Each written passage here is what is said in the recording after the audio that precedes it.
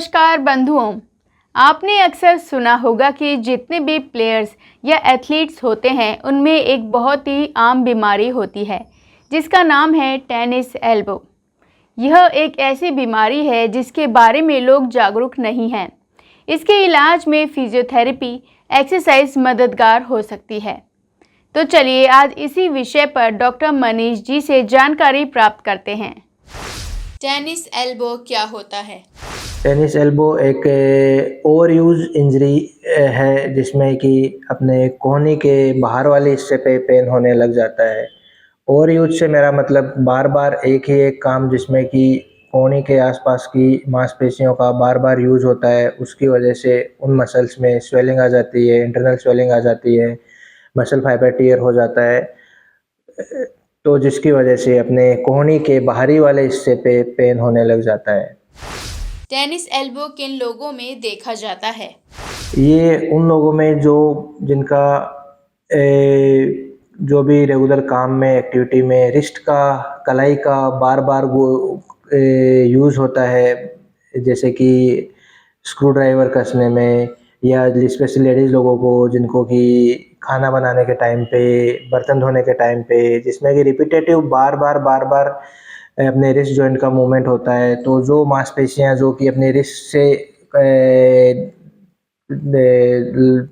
से लेके एल्बो तक होती है, जिसमें एल्बो में जहाँ से हड्डी से जुड़ी रहती है वहाँ पे इन्फ्लामेशन और मसल फाइबर टियर हो जाता है। यूजुअली ये जब सबसे पहले डिस्क्राइब किया था, ये टेनिस प्लेयर्स में डिस्क्राइब किया था, जिसमें कि बार बार वो back hand movement, back hand stroke करते थे, जो कि एक टाइप का स्ट्रोक होता है टेनिस एल्बो टेनिस स्पोर्ट्स में, जिसकी वजह से उनको रिस्ट का मूवमेंट बार बार करना पड़ता है। तो उनको उन लोगों में एल्बो पेन ज़्यादा देखा गया। सो ये टेनिस एल्बो का वहाँ से प्रॉब्लम पता चला।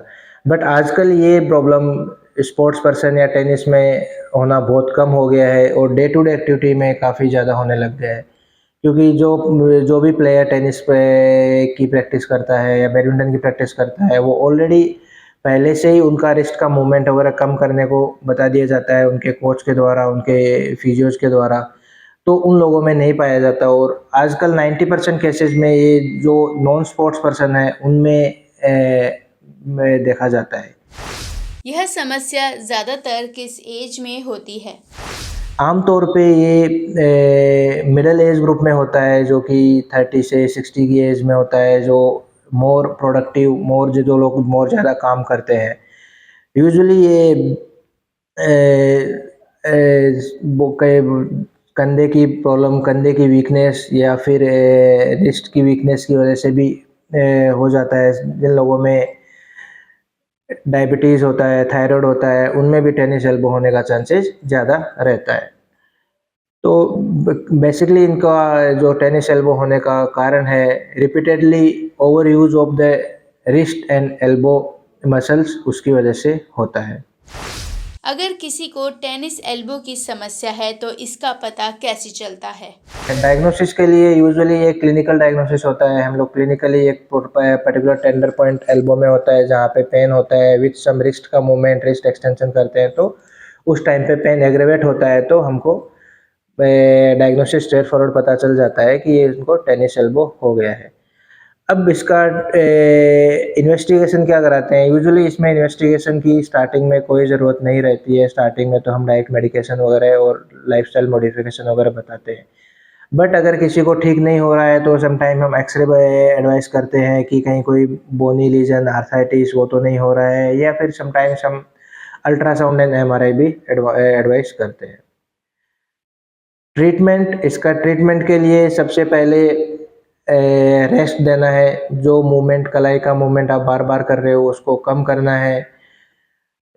रेस्ट देने से अधिकतर लोगों में ये प्रॉब्लम अपने आप धीरे 3 से 6 महीने में कम हो जाती है।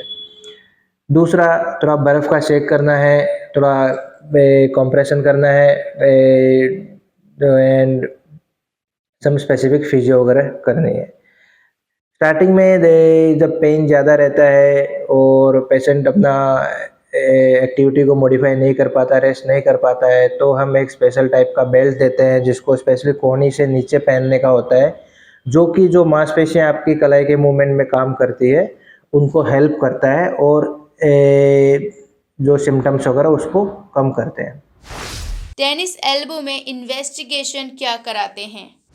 तो इनिशियल ट्रीटमेंट ये वाला ही होता है जिसमें कि टेनिस एल्बो बेल्ट, कुछ मेडिसिन्स और बर्फ़ का सेक और हम जेल वगैरह देते हैं, उससे रिकवर हो जाता है।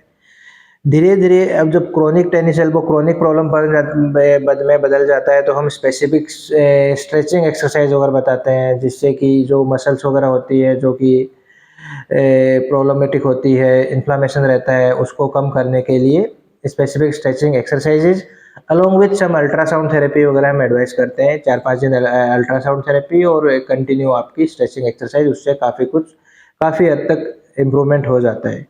ओनली बहुत कम पेशेंट्स होते हैं, 100 में से 5 या 4-5 पेशेंट होते हैं जिनमें फिर भी 3 से 6 महीने के बाद में भी टेनिस एल्बो की प्रॉब्लम ठीक नहीं हो पाती है।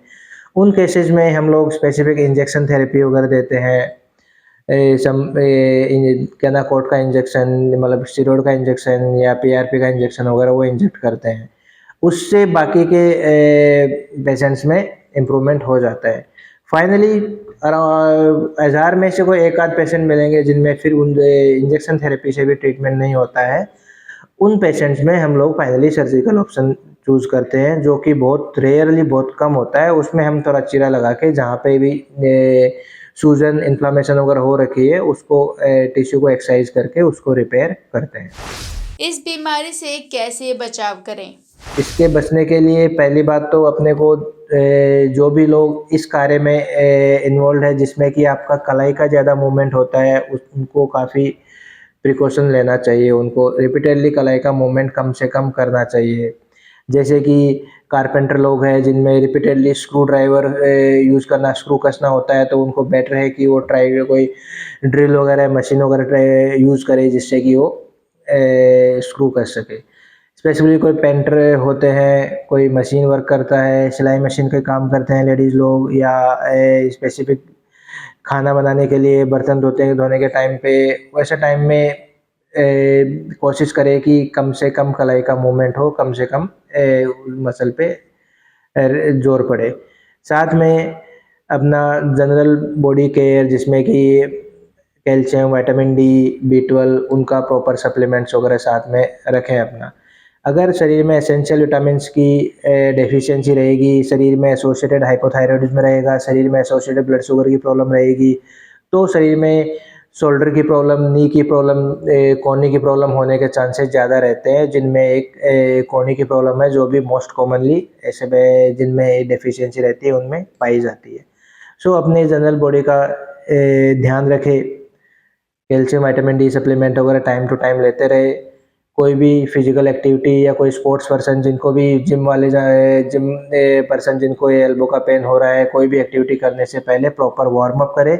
वार्म अप करने के बाद में फिर प्रॉपर कूल डाउन करें। इससे आपको ये ओवर यूज से होने वाली इंजरी काफ़ी से आप बच सकते हो। तो आज आप लोगों ने डॉक्टर मनीष जी से टेनिस एल्बो के बारे में जाना।